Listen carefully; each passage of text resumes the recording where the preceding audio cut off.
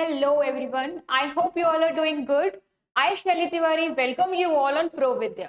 तो आज के इस सेशन में हम ये देखने वाले हैं कि एक रीडिंग कॉम्प्रिहेंशन को सॉल्व करते वक्त कौन कौन से पॉइंट्स हमको ध्यान में रखने हैं, कौन कौन से इफेक्टिव वेज होते हैं और कौन कौन सी ऐसी कॉमन मिस्टेक है जो हम अपने एग्जामिनेशन में कर देते हैं और आरसी के क्वेश्चंस गलत हो जाते हैं। तो यस, वो सारी बातें हम इस सेशन में सीखने वाले हैं। तो सबसे पहले अगर मैं आपको बताऊं तो क्या होता है कि हम अपने रीडिंग स्किल को कैसे अच्छा करें। इससे पहले हमें ये पता होना चाहिए कि हम रीडिंग स्किल क्यों इंप्रूव करने की बात करते हैं। हम हमेशा आपसे क्यों बोलते हैं कि भाई अपनी रीडिंग स्किल इंप्रूव करो। तो यस, अगर मैं फर्स्ट पॉइंट बताऊं तो ये क्या करता है, सबसे पहले आपकी वोकैब एनहेंस करता है। तो स्टूडेंट्स, वोकैब क्या होता है? आपने देखा होगा आपके एग्जामिनेशन में कई बार डायरेक्ट और इनडायरेक्ट दोनों फॉर्म में वोकैब के क्वेश्चन देखने को मिल जाते हैं। यानी कि कई बार सिनोनिम्स, कई बार एंटोनिम्स, कई बार वन वर्ड सब्स्टिट्यूशंस, ये सारे ही वोकैब्स के पार्ट होते हैं। इडियम फ्रेजेस भी इनफैक्ट वोकैब्स के ही पार्ट्स होते हैं। तो वोकैब को पढ़ना इन द सेंस क्या कि आप आरसी में वो वोकैब ढूंढिए, हार्ड वर्ड्स ढूंढिए जिसको आप समझ सकते हो, उसकी मीनिंग खोज के आप उसको डे टू डे लाइफ में यूज करिए, तभी आप वोकैब के क्वेश्चंस लर्न कर पाते हैं स्टूडेंट्स। तो अभी हम आगे ये भी देखेंगे कि हमको कैसे कैसे वोकैब्स के क्वेश्चन को पढ़ना चाहिए, क्या टिप्स होनी चाहिए उनको हमेशा याद रखने के लिए। तो अगर मैं अभी ये बात करूं कि रीडिंग हमें क्यों करनी चाहिए, why reading skill is important to us, तो पहला क्या बोलता है कि सबसे पहले ये आपकी वोकैब को एनहेंस करता है। दूसरा क्या बोलता है, आपकी कॉम्प्रिहेंशन नॉलेज जो होती है वो भी बूस्ट होती है।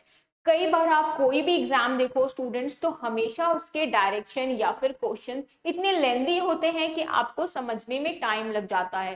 बट अगर आप उसको एक बार में अच्छे से समझ जाओगे तो आप आसानी से उसका आंसर फाइंड आउट कर सकते हो, रेदर देन दिस कि आपने अगर उसको एक भी लाइन मिसरीड कर ली या फिर एक भी मीनिंग जो है वो गलत पढ़ लिया, तो आप क्या करते हो, उसके आंसर को फाइंड आउट नहीं कर पाते हो और वापस से डायरेक्शन पढ़ते हो कि भाई मैंने ऐसा क्या गलत पढ़ लिया कि मेरा आंसर ही नहीं आ रहा है।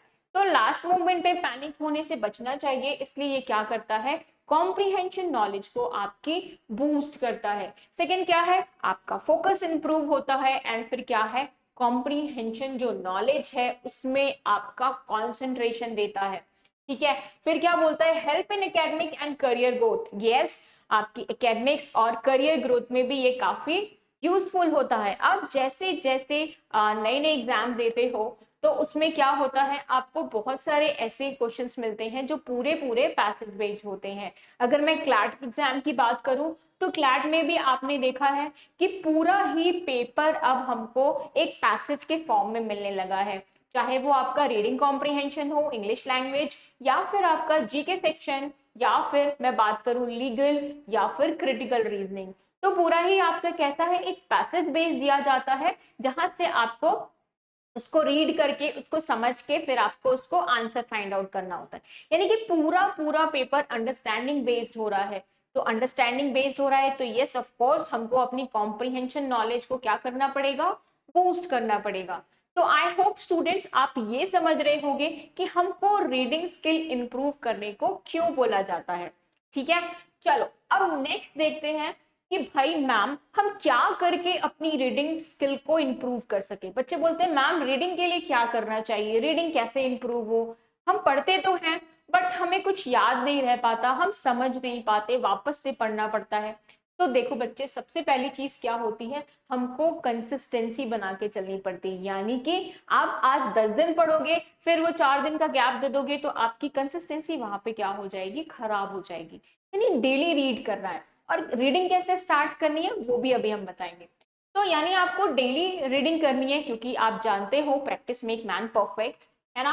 फिर क्या है, choose variety of reading material. ऐसे नहीं कि आप अगर न्यूज़पेपर पढ़ रहे हो तो जस्ट न्यूज़पेपर ही पढ़ते जा रहे हो, आप कोई नॉवेल पढ़ रहे हो तो नॉवेल ही पढ़ते जा रहे हो। हमको स्विच करते रहना चाहिए, यानी अलग अलग वैरायटीज यूज करनी चाहिए। कई बार हमें न्यूज़पेपर पढ़ना चाहिए, कई बार हमें आर्टिकल्स पढ़ने चाहिए, कई बार हमें बहुत सारे एऑन के पैसेजेस पढ़ने चाहिए। तो वैरायटी चेंज करते रहेंगे तो हमें क्या होता है, लैंग्वेज में भी कई बार मॉडरेट लैंग्वेज होती है, कई बार सिंपल वर्ड्स होते हैं। आपने देखा होगा तो एक हम क्या होता है, अगर एग्जाम में हमारे पास हार्ड लेवल पैसेजेस भी आते हैं तो भी हम उसको क्या करते हैं, समझ पाते हैं। इसीलिए बोला जाता है कि आप वैरायटी ऑफ मटेरियल्स को पढ़िए ताकि आपको नए नए वर्ड्स मिले, नई नई लैंग्वेज समझ में आए, अच्छा कुछ नए नए ईडियम्स को किस तरीके से यूज किया गया है, ये सारी चीजें आपको मिलती है। फिर क्या बोलता है, सेट स्पेसिफिक रीडिंग गोल। यस, गोल सेट करना बहुत इंपॉर्टेंट है स्टूडेंट्स। अगर लाइफ में हमने कोई गोल सेट नहीं किया तो हम फिर क्या करेंगे, इधर उधर भटकते ही रहेंगे। तो सेम बोलता है कि हमको एक गोल सेट करना चाहिए, यानी एक टारगेट सेट करिए कि मुझे आज 2 आर्टिकल रीड करना है, उसको समझना है, अगर मैं उसके क्वेश्चन सॉल्व कर रहा हूं तो मुझे उसके क्वेश्चंस भी सॉल्व करने हैं। तो ऐसे करके आप गोल को अचीव करिए अपने। आज 2 पढ़ोगे आप, कल 3 पढ़ोगे, परसों 4 पढ़ोगे। तो धीरे धीरे क्या करना है, आपको अपनी जो कैपेसिटी है उसको इनहेंस करना है, बट एक टारगेट, एक गोल आपका होना चाहिए। नेक्स्ट क्या है आपके पास, summarise what you read. Yes, आप जो भी रीड कर रहे हो स्टूडेंट्स, उसको समराइज करना बहुत जरूरी है ना, कि आप क्या पढ़ रहे हो। अच्छा, मैं अगर इसको अगर थर्ड पर्सन को बताऊंगा तो मैं इसको समराइज करके बताऊंगा। मैं पूरा ए से लेकर के जेड तक जो लिखे हुए पैसेज में सेंटेंसेस है वो नहीं बताऊंगा, मैं क्या करूंगा, समराइज करके बताऊंगा। एक एग्जाम्पल लेते हैं, जैसे आपने कोई मूवी देखी, तो आपने मूवी देखी, अब आपका फ्रेंड आपसे पूछ रहा है कि भाई बताना मूवी कैसी थी, क्या था मूवी में। तो आप क्या करते हो, आप उसको समराइज करके बताते हो, है ना। ऐसा नहीं कि आप 3 घंटे की मूवी को 3 घंटे में ही बताते हो, आप क्या करते हो, 3 घंटे की मूवी को 5-10 मिनट में उसको क्या करते हो, बता देते हो। तो that is the summarization part, यानी आपने जो कुछ भी पढ़ा उसका मोटा मोटी जो भी हिसाब है आप यहाँ पे लगाते हो। आई होप स्टूडेंट्स टिप्स समझ में आया होगा कि आप कैसे रीडिंग को टिप्स में ले सकते हो, यानी क्या क्या चीजें हमें ध्यान में रखनी चाहिए, एक गोल सेट करना चाहिए। ठीक है, नेक्स्ट देखते हैं क्या है हमारे पास, इफेक्टिव रीडिंग स्ट्रैटेजी। अब देखो, इफेक्टिव रीडिंग स्ट्रैटेजी पे जाने से पहले आप में से बहुत से ऐसे बच्चे हैं जो पूछ रहे थे मैम अभी स्टार्ट करें तो क्या अच्छा हो सकता है कॉम्प्रिहेंशन नॉलेज। तो देखो बच्चे, कभी भी हम लाइफ में लेट नहीं होते हैं। अगर आपने आज से ही कोई चीज सोचा है कि मैं आज से करूंगा, तो आज से, अभी से, इसी वक्त से उसको स्टार्ट कर दीजिए। स्टार्ट कैसे करना है, देखो, रीडिंग कॉम्प्रिहेंशन पढ़ना किसी को पसंद नहीं है ना। अभी मैं आपको एक वीडियो दे दूं और बोलूं इसको देखो, तो आप बहुत अच्छे से देखोगे, मे बी आप में इतना इंटरेस्ट आ जाए कि आप उसको और देखते रहोगे। नेटफ्लिक्स की कोई सीरीज देखी आपने तो इंटरेस्ट आएगा कि आज मैं दूसरा पार्ट भी देख लूं, तीसरा पार्ट भी देख लूं। बट वही मैं आपको कोई बुक दे दूं और बोलूं कि आप उसको पढ़ो, तो आप में बिल्कुल इंटरेस्ट नहीं आएगा। 1 2 3 4 इससे ज्यादा पेजेस आप नहीं पढ़ पाओगे, अब तो कल देखूंगा, है ना। तो सेम चीज क्या करना है आपको, डे 1 से, लेट सपोज मैं ये मान रही हूं कि आपने अभी तक रीडिंग स्टार्ट ही नहीं की है बच्चे, तो आपको क्या करना है, सबसे पहले अपने इंटरेस्ट वाला सेक्शन ढूंढना है। जैसे कि कुछ बच्चे होते हैं उनको स्पोर्ट्स की न्यूज पसंद होती है, कुछ होते हैं उनको इंटरटेनमेंट पसंद होता है, व्लॉग्स पढ़ना पसंद होता है। तो आप जो भी ब्लॉग्स या फिर इंटरटेनमेंट या फिर जो भी पढ़ रहे हो, आप वहां से स्टार्ट करो। कहने का मतलब है कि अपने इंटरेस्ट वाला एरिया सर्च करो और वो पढ़ो। जरूरी नहीं आप 4 पैसेजेस पढ़ो, 4 पैराग्राफ पढ़ो, 2 पैराग्राफ ही पढ़ो, बट अच्छे से पढ़ो। अच्छे से पढ़ना मतलब क्या हो गया, यानी कि अगर उसमें कोई वोकैब के क्वेश्चंस आ रहे हैं, वोकैब दिख रहा है आपको, तो आप उस वोकैब को फाइंड आउट करो कि भाई इसकी मीनिंग क्या है, इसका सिनोनिम क्या है और इसका एंटोनिम क्या है। या फिर हम इसको अगर कहीं और भी यूज कर सकते हैं किसी सेंटेंस में, तो कैसे फ्रेम करेंगे, आप ये सारी चीज वहां पे यूज करोगे। और साथ ही साथ आप उस जो भी आर्टिकल को पढ़ रहे हो, आप उसको अच्छे से रीड करोगे फुल अंडरस्टैंडिंग के साथ, और उसको समराइज करने की कोशिश करना। मतलब अगर आप एक छोटा सा आर्टिकल पढ़ रहे हो तो वहां से आप जितना भी ले सकते हो, वोकैब्स ले सकते हो, एक्टिव रीडिंग ले सकते हो, या फिर जो कुछ भी समराइजेशन ले सकते हो, कंक्लूजन निकाल सकते हो, आप वो निकालो।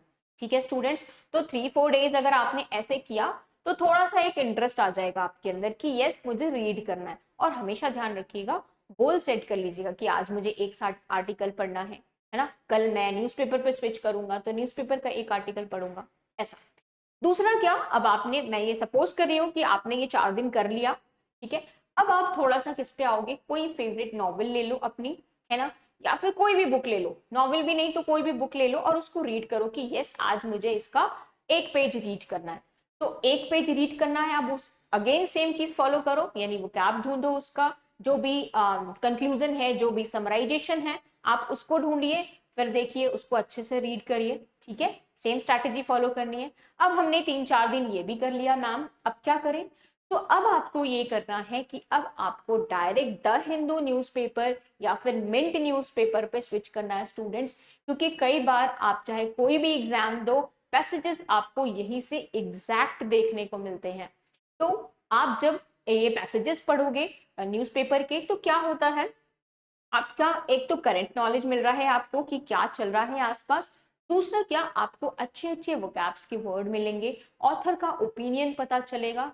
क्योंकि अब अगर मैं बात करूं तो एग्जाम में क्वेश्चंस ऐसे ही आते हैं कि ऑथर का पॉइंट क्या था, ऑथर का व्यू क्या था, सेंट्रल आइडिया क्या था, मेन थीम क्या था, है ना। तो आपको फिर क्या करना है, ये दोनों काम करने के बाद एडिटोरियल पे स्टिच करना है द हिंदू के और द मिंट के, कि आप वहां से पढ़ो और करंट अफेयर्स भी आपका वहां से कवर हो जाएगा, और जो आसपास जो भी हो रहा है सोशल साइंस रिलेटेड या फिर एआई रिलेटेड, बहुत सारे आपको टेक्नोलॉजी रिलेटेड पैसेजेस भी इकट्ठा हो जाएंगे। तो यस, आई होप अब आप समझ गए होंगे कि रीडिंग कैसे स्टार्ट करनी है। यस स्टूडेंट्स, मैं अगेन बोल रही हूँ कि एक गोल सेट होना चाहिए कि मुझे आज की डेट में ये 2 आर्टिकल कंप्लीट करना है ना। फिर नेक्स्ट डे अगेन ये 2 आर्टिकल कंप्लीट करना है। तो जितना आप गोल सेट करोगे और उस गोल को अचीव करने की कोशिश करना, ठीक है। चलो, आई होप क्लियर होगा अब कि हमें कैसे रीडिंग स्टार्ट करनी है, कौन कौन से टिप्स को ध्यान में रखना है। नेक्स्ट देखते हैं क्या है इफेक्टिव वे, क्या क्या अच्छा एक इफेक्टिव तरीका है एक रीडिंग कॉम्प्रीहेंशन को सॉल्व करने का। तो पहला जो होता है स्किम। देखो स्किम क्या होता है बच्चे, स्किम करना और रीड करना अलग चीज है। स्किम करना मतलब क्या होता है, आपके पास एक पैसेज आया, आपने उसको फटाफट से देख लिया। तो देखने में क्या होता है, कई बार 2-4 ऐसे वर्ड्स होते हैं जो आपके दिमाग में हिट कर जाते हैं, तो वो होता है स्किमिंग प्रोसेस, यानी आपने सरसरी निगाहों से देख लिया पैसेज को, है ना। फिर क्या बोल रहा है, स्कैन द की आइडियाज। पहला जब आप स्टार्ट करो तो 1 मिनट लो आप उसको स्किम करने में, और उसको की आइडियाज यानी वही जो मैंने आपको बताया कि कुछ ऐसे आइडिया मिल जाए आपको, कुछ क्वेश्चन मिल जाए, कोई डेटा मिल जाए। कई बार एग्जैक्ट एग्जैक्ट किसी ईयर की बात हो रही होती है, कई बार किसी पर्टिकुलर कंट्री की बात हो रही होती है, तो वो चीजें आपको मिल जाएगी वहां से। दूसरा क्या है, हाईलाइट और टेक नोट्स, यानी कि अगेन सेम चीज, अगर कोई डेटा दिया हुआ है बच्चे तो हमेशा ध्यान रखना है कि डेटा से रिलेटेड एक ना एक क्वेश्चन आपके एग्जाम में जरूर आता है, जो भी डेटा पैसेज में गिवन है। तो आपको वो चीजें क्या करनी है, नोट बना के रख लेनी है, कहाँ पे, कॉपी में नहीं, अपने दिमाग में। और ये सब चीजें आप जब पढ़ते पढ़ते रहोगे ना तो ऑलरेडी सेट हो जाएगा, इतना हार्ड नहीं है।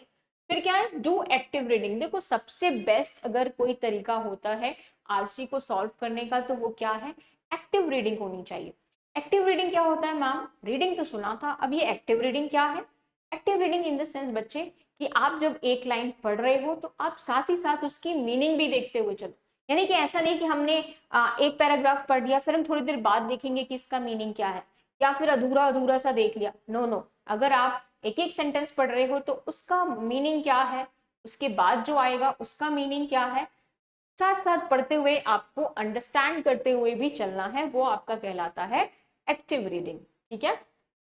Use a dictionary for new words. Yes, जब आप स्टार्टिंग में बैठोगे तो आई नो बहुत सारे ऐसे वर्ड्स होते हैं जिनकी मीनिंग में हम कंफ्यूज हो जाते हैं, या फिर हमको एग्जैक्ट हिट नहीं करती उसकी मीनिंग, तो आप डिक्शनरी यूज करिए, वो हार्ड वर्ड फाइंड आउट करिए और उसको लर्न करने की कोशिश करिए।